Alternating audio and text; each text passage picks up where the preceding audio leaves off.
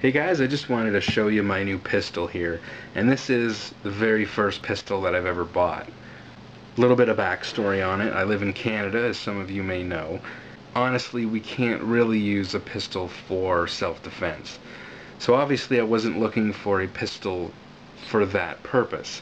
I was basically just looking for something for recreational shooting or plinking. I pretty much knew that I wanted a 22 right off the bat. And what I was looking for was a decent price, decent reliability, long-term reliability, and decent accuracy. You know, I wasn't looking for a target pistol. I didn't need anything super accurate, but just decent all around, and something that's going to be reliable with long-term reliability. It's going to be around for a long time, and you're still going to be able to get replacement parts for it down the road. Some of the considerations I looked at were like the GSG 1911-22, or like a Buckmark, Browning Buckmark. Those are pretty good for the price.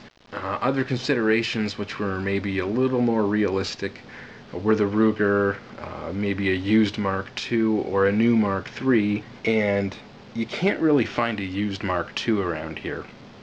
And it kind of makes sense because I can't picture people going out of their way to sell their Mark II to get a Mark III. So around here I've never seen a used Mark II for sale.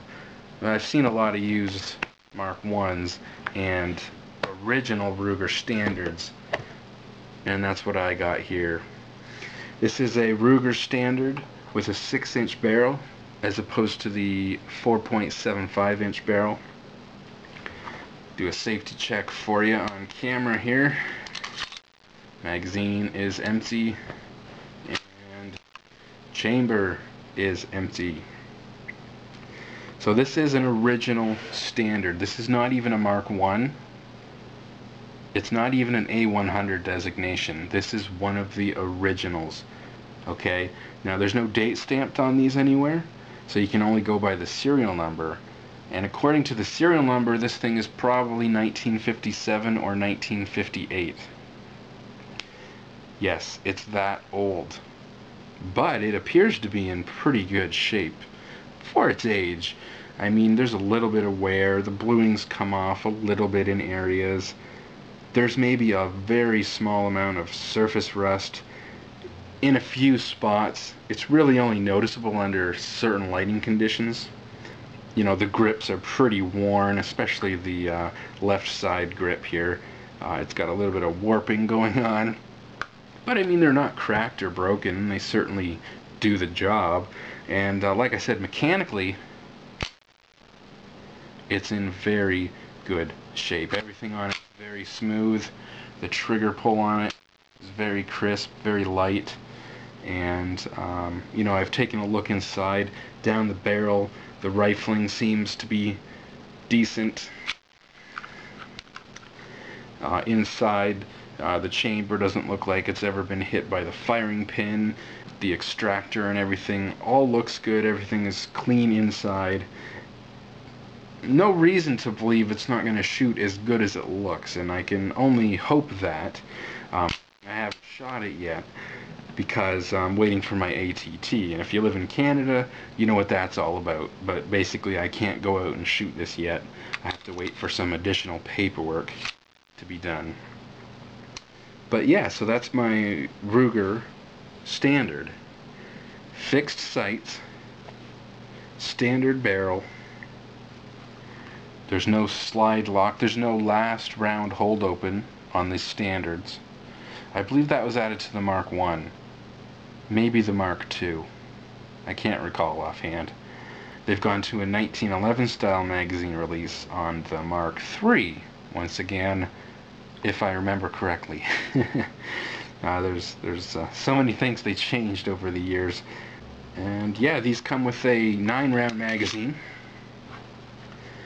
And you can use the newer 10-round magazines. The Mark, I believe the Mark I and Mark II 10-round magazines will work in the older guns.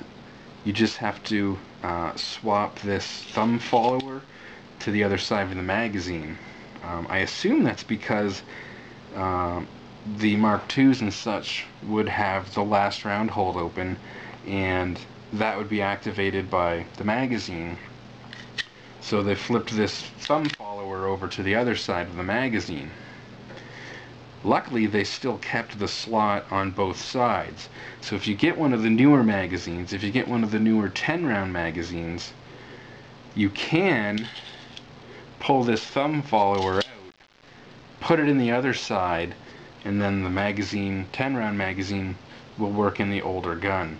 So yeah, I guess that sums it up. Like I said, it seems to be in pretty good shape for its age. And when I finally shoot it for the first time, I'll hopefully get a video up of that.